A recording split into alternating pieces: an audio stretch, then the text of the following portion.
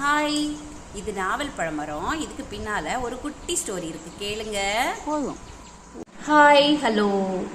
என்னடா இவ எப்ப பார்த்தாலும் ஒரு நாவல் பழத்தை காமிச்சிட்டே இருக்காளே அப்படின்னு நினைக்காதீங்க.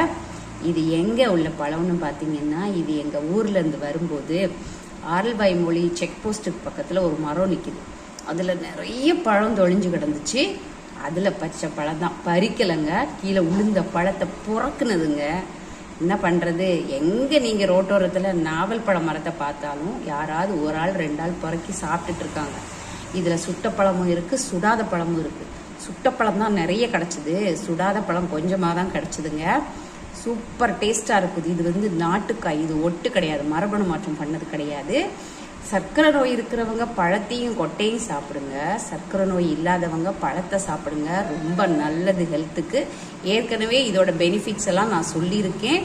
அதனால கண்டிப்பாக இந்த சீசனில் நீங்கள் நாவல் பழத்தோட ருசியை ருசிக்கிறதுக்கு மறந்துடாதீங்க, கண்டிப்பாக சாப்பிடுங்க.